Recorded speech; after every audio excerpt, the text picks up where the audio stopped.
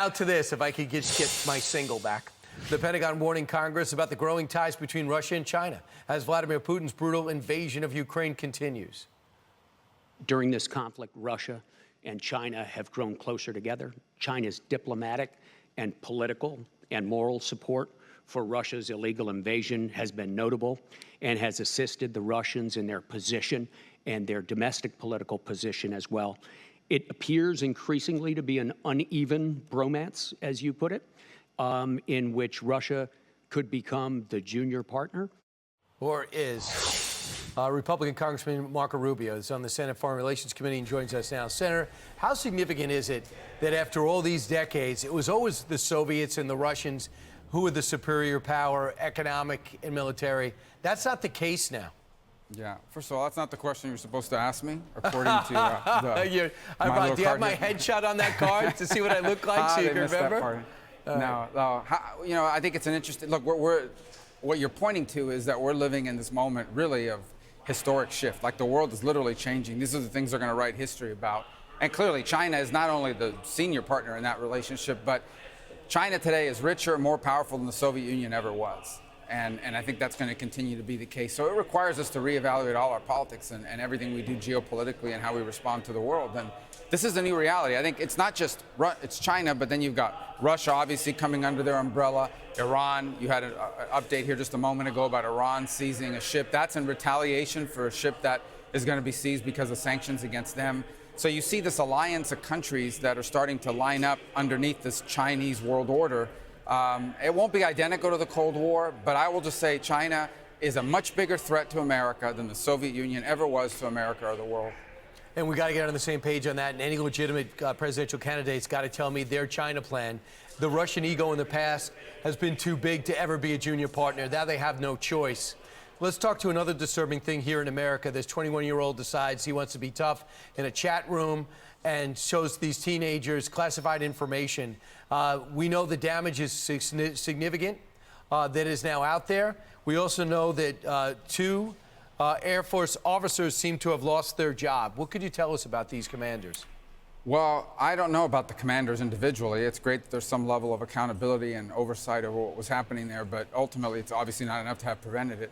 And you have to understand that even as I'm speaking to you now, there are hundreds of similarly situated people about the same age and background who have access to very important information. This important information is relevant for two things. The first is, if our adversaries can see it, whether they care about the information or not, it tells them how we got it.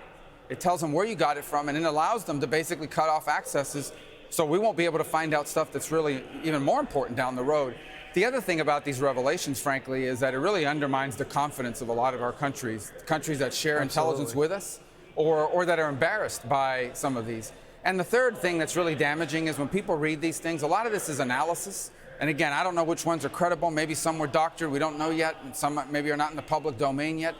But a lot of it is analysis. It doesn't mean that's actually what's happening. It just means, this is what we're hearing from some people. Obviously, there might be some conflicting points of view that are offered in a follow-up product or whatever that is not part of the leak. So it creates a lot of confusion. The bottom line is it's not good. And I think the fundamental question is, how could someone of that background, at that age, with that rank, have access to something that could literally cause such strains in our relationship? And I think is much more damaging at this point than what the Biden administration has admitted it is. And why it took so long for us to find out that it was out there. Yeah. Real quick, on the DeSantis-Disney battle, I know that former Governor Rick Scott, former Governor Jeb Bush, don't think Ron DeSantis should be taking on Disney. Where does Marco Rubio stand? Well, I don't have a problem with taking on Disney. I think the fundamental question here is if what we're trying to fix is the fact that Disney had some arrangement that gave them governmental type powers, I think that's a perfectly legitimate thing.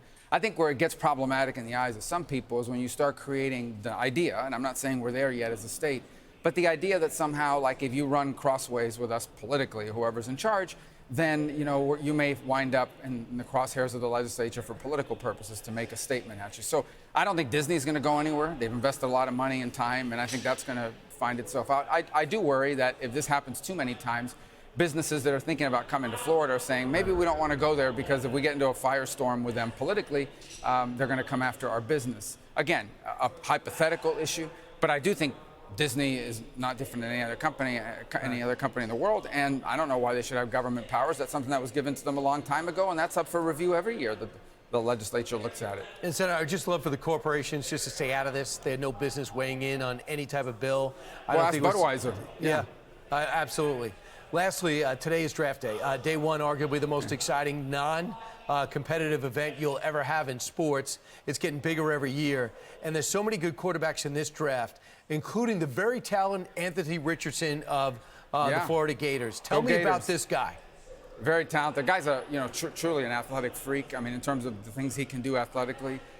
I think he started about a year and a half, maybe got 2 full years of starting. Had a change in coaching, but he needed to come out. He's very talented as an athlete. I think he can do a lot of the things that the modern game looks for in the quarterback position.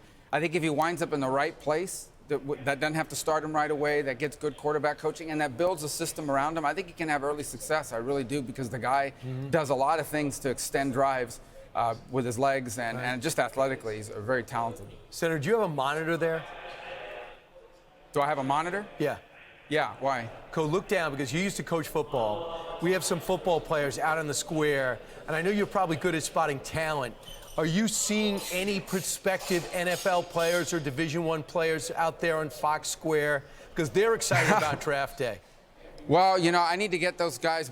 I mean, I wasn't able to see if you had them backpedaling. We got to see how their hips move. Are they stiff in the hips and what have you? And it's tough to tell how big some of those kids are going to be. But, it's never wrong to dream. Absolutely. You work in the world's most deliberative body. You would not make a commitment to any of this talent, but you do see potential, and you give us the drills to run them through. Next year, this time, we will have them in drills on Take Your Kid to Work Day and have them break up. Senator Marco Rubio, thanks so much. I'm Steve Ducey. I'm Brian Kilmeade. And I'm Ainsley Earhart. And click here to subscribe to the Fox News YouTube page to catch our hottest interviews and most compelling analysis.